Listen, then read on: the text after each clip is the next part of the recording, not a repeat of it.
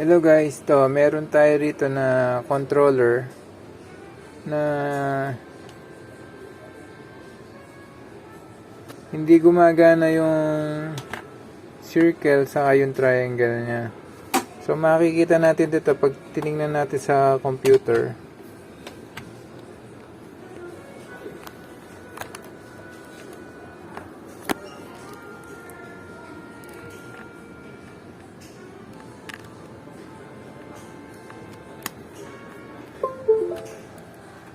So ito, kinonek ko siya sa computer. So dito, pupunta ka sa control panel. Control.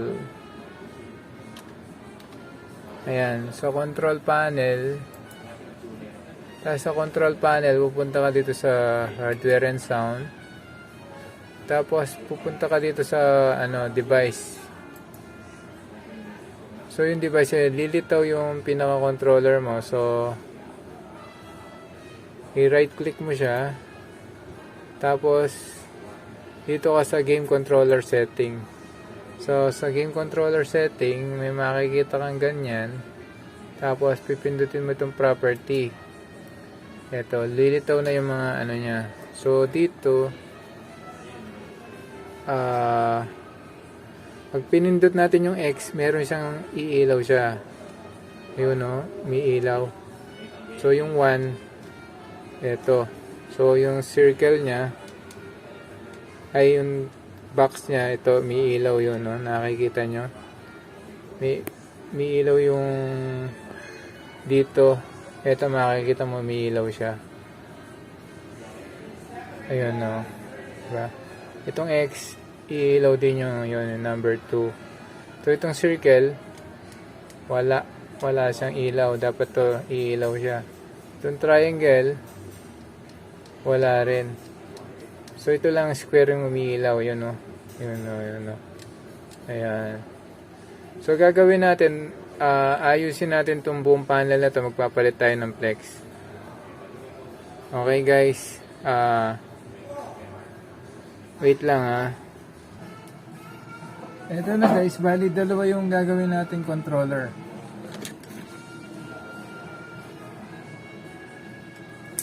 So, bubuksan muna natin siya.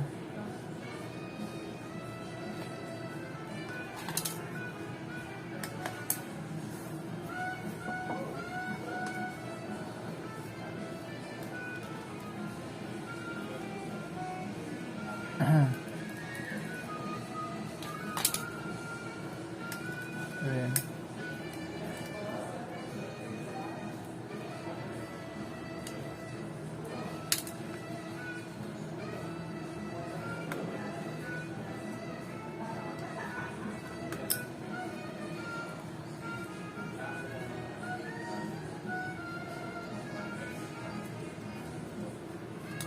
Nangalawang na mismo yung tornilyo niya guys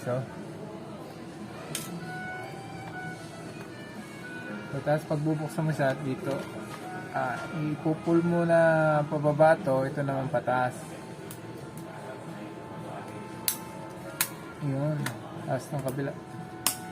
Yun. So ayan. Tapos ito hihilahin mo. So ayan guys, nahihila na siya.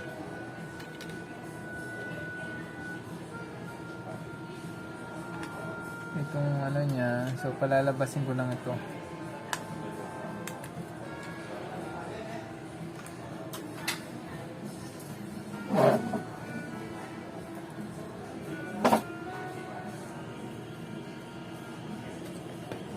So ito ang dumi niya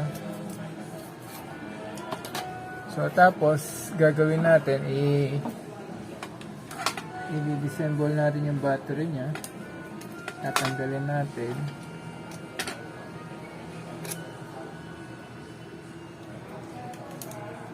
Yan.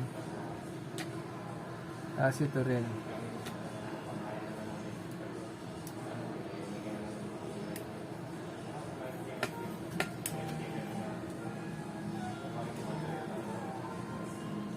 Yun. Yun. Ito. Tatanggalin natin. So, tapos, meron siyang dito, yung tornilyo. To, tatanggalin natin yung tornilyo niya.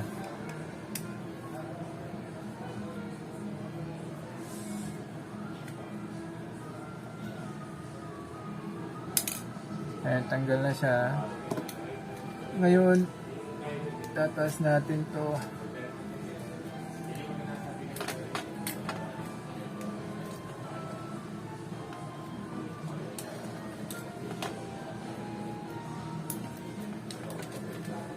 Ayan. Tapos guys, ihilahin din natin to. Ayan, ganito lang naman pagtanggal dito. Ayan. Ito, dito rin, ganito.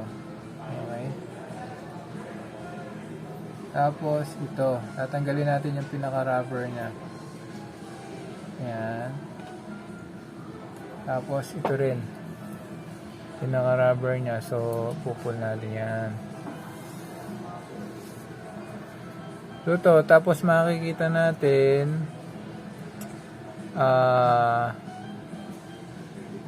ito yung pinaka ano niya, flex niya. So ito, gagawin natin, tatanggalin natin to, papalitan natin siya.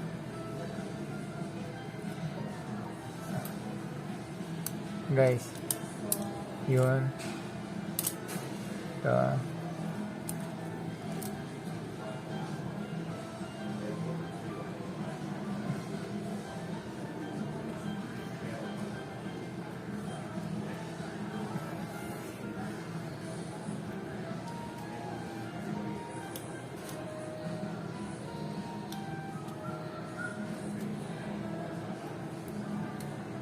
Eto, meron pala siyang lock dito. So, yung lock niya, ipupush mo lang to. Pupush mo. Push. Ayan. Tapos yung kabila din, push mo rin. Iyon. Pati din itong kabila. Ayan. Kabila. Yun. So, ayan. Na-pull mo na siya. So, tapos nito, pwede mo lang tanggalin to dito. So, i-ano mo lang siya. Yan. I-ano mo lang. Ito guys. Tapos itong isa dito sa likod.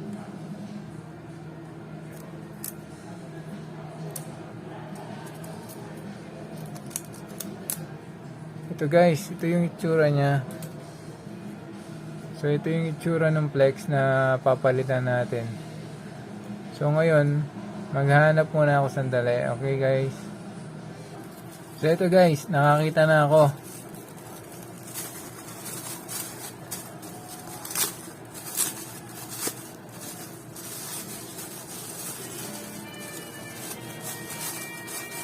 Yun no.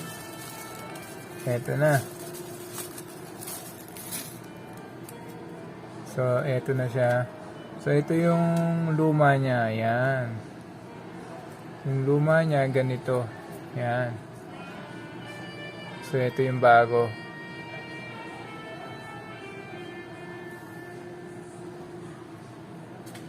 So, ngayon, ikakabit na natin siya.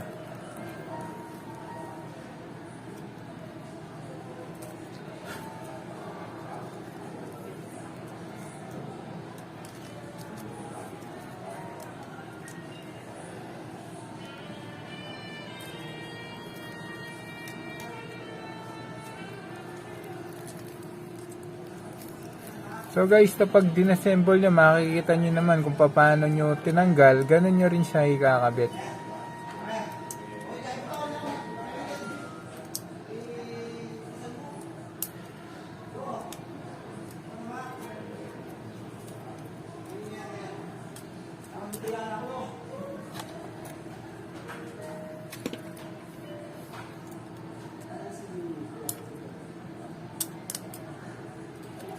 So pagkakabit pala rito, yung mas unahin natin to, itong dito sa ano niya. Yan. Yun. Tapos, papasok natin to. Yan.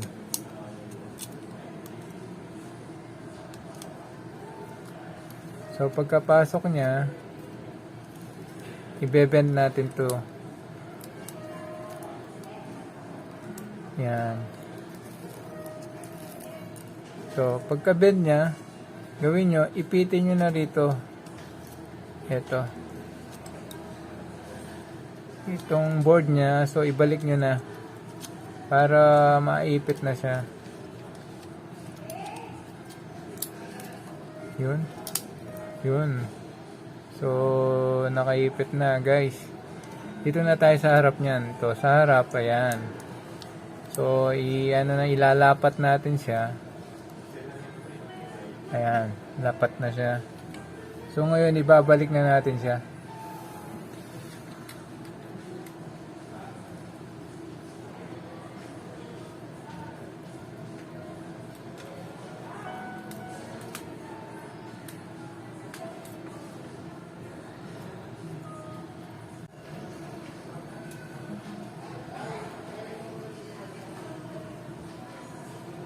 So guys, malapit na natin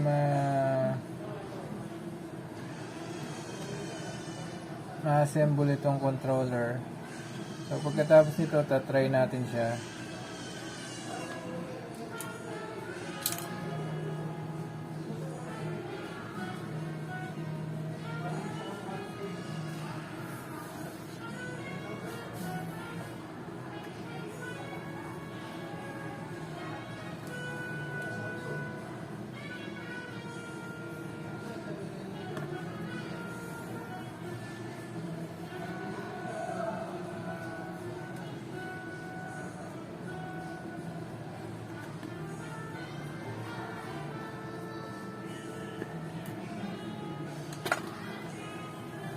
So, ito pinalit natin.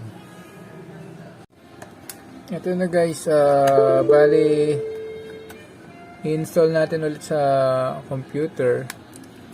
Yan. Tapos titignan natin kung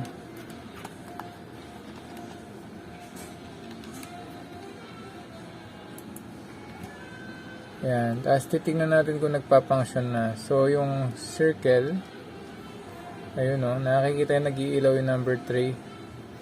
Ito siya. Tapos yung triangle, ayun, number 4. Okay. Square. Ayun, number 1. X2. Circle 3. Triangle 4. Tapos itong, ano niya, ayun, yung number 6, yung R1 niya. Ito naman L1, number 5. Itong R2, ayun, number 8. Itong L2, ayan. Tapos yung mga ano niya, diba? Ayun guys, ganun lang kadali. Sige, see you. Please subscribe, ha. Salamat.